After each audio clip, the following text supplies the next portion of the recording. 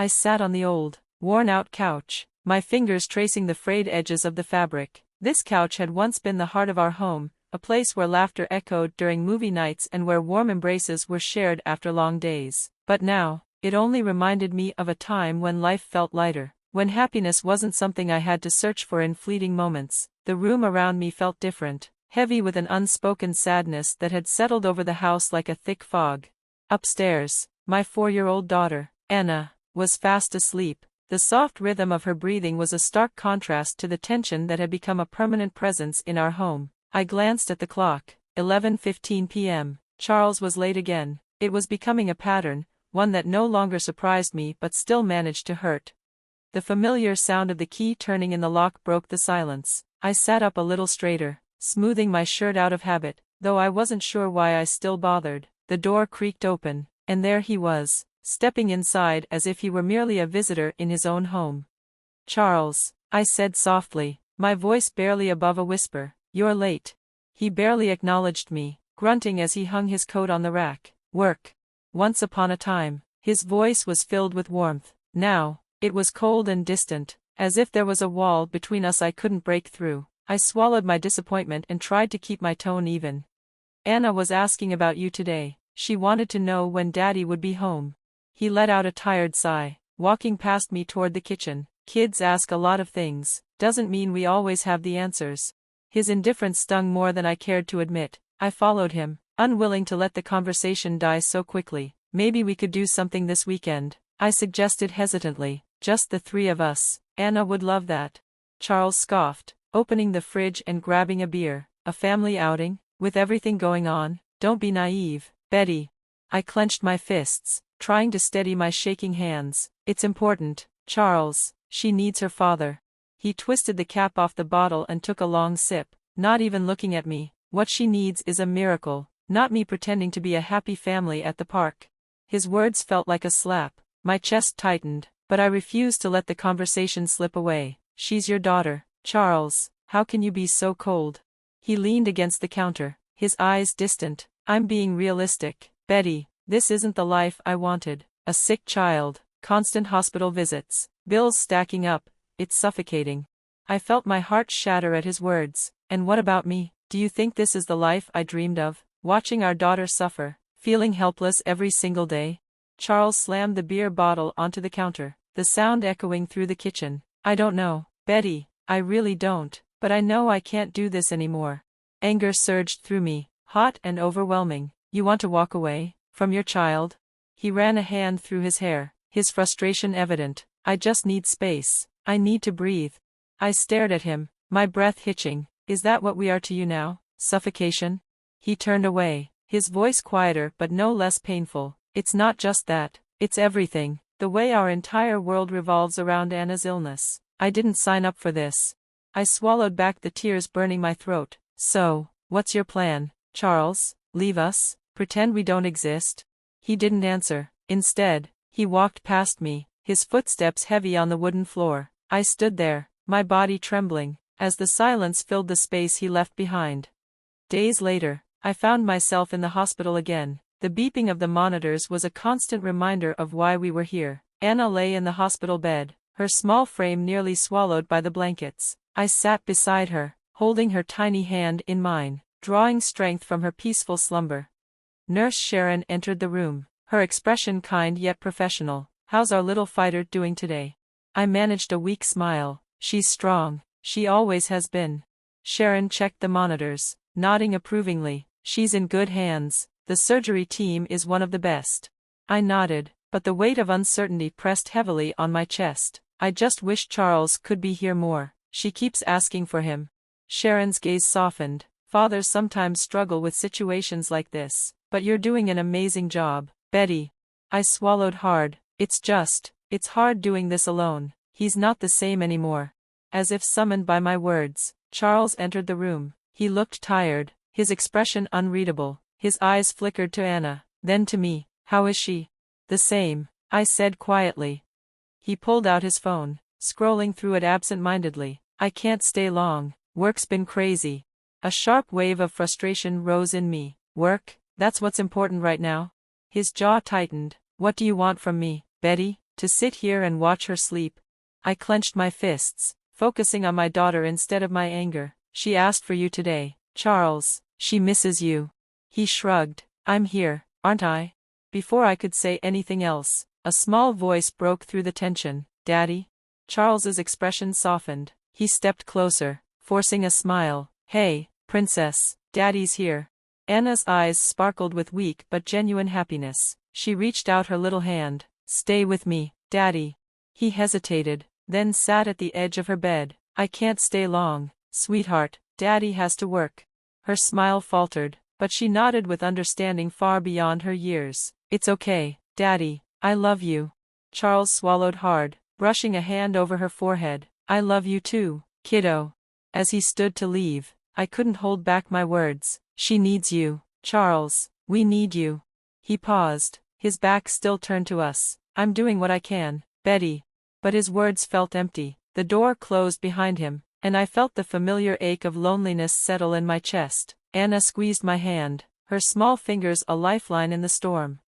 The room fell silent again, save for the soft beeping of the monitors. I leaned closer to my daughter, whispering promises of better days, promises I wasn't sure I could keep, but in that moment, all I had was hope, and love, and for now, that had to be enough.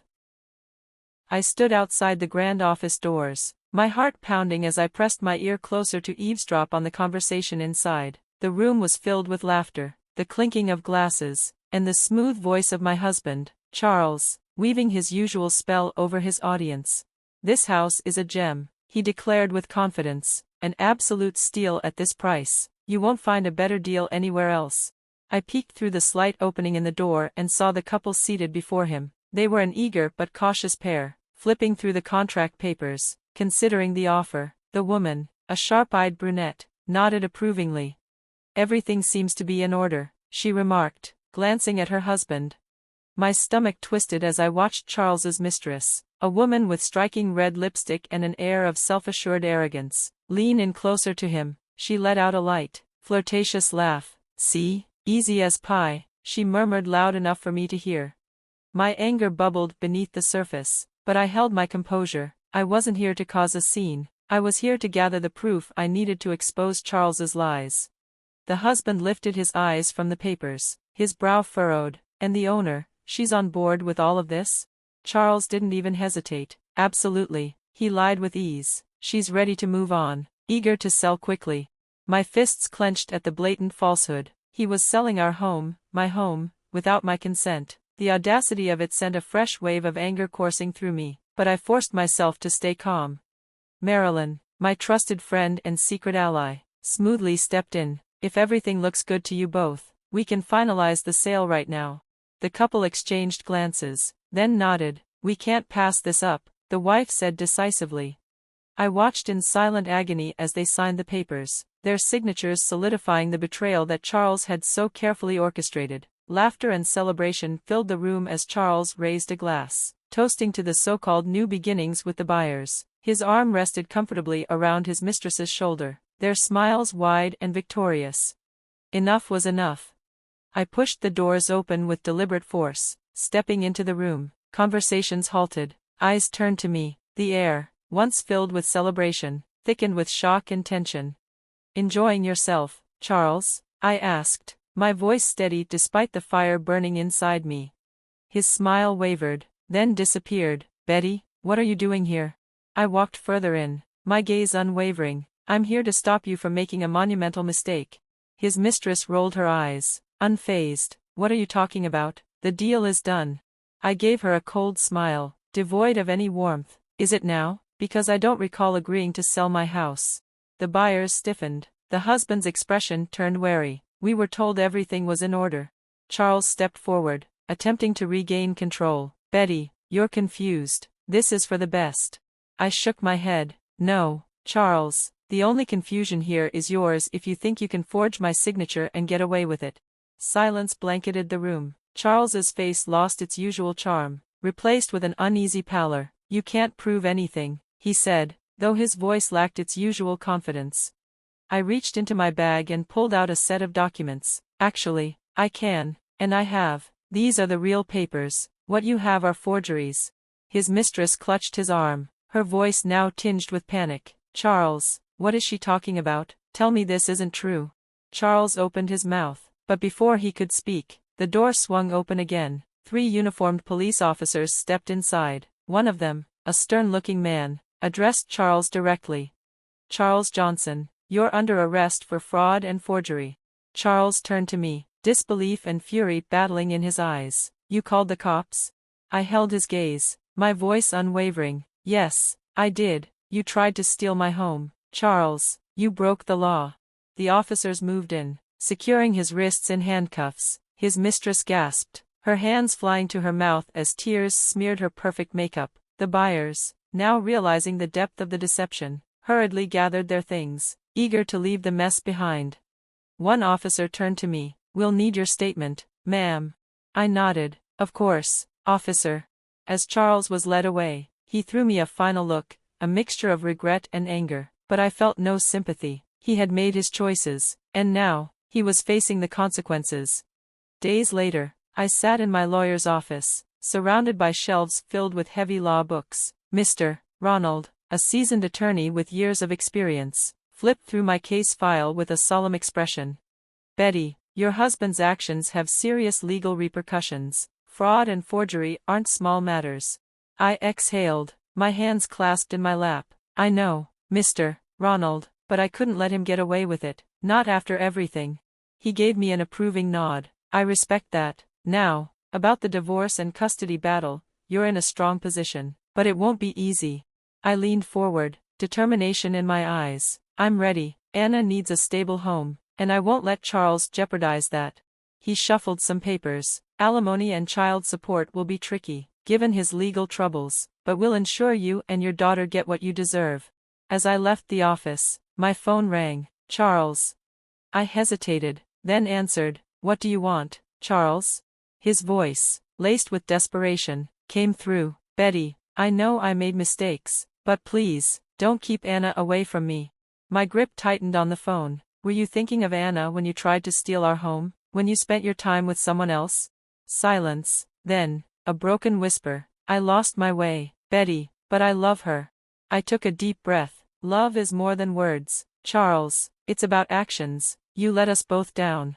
He sighed. I'll do anything to fix this, please. I closed my eyes, then spoke firmly. You can see Anna, but only with supervised visits. That's final. He hesitated, then quietly accepted. In the days that followed, I focused on Anna, ensuring she felt safe and loved. One afternoon, as she napped, my sister Julie called. Hey, Betty, how are you holding up? I'm managing, I admitted. It's tough, but I'm hanging in there. Julie's voice softened. I heard about Charles. I'm so sorry, but Betty, I'm proud of you for standing your ground. I smiled faintly. Thanks, Julie. Anna needs me now more than ever. She paused, then asked, and who's there for you, Betty? Her question caught me off guard. In fighting for my daughter, I had forgotten to ask myself the same thing.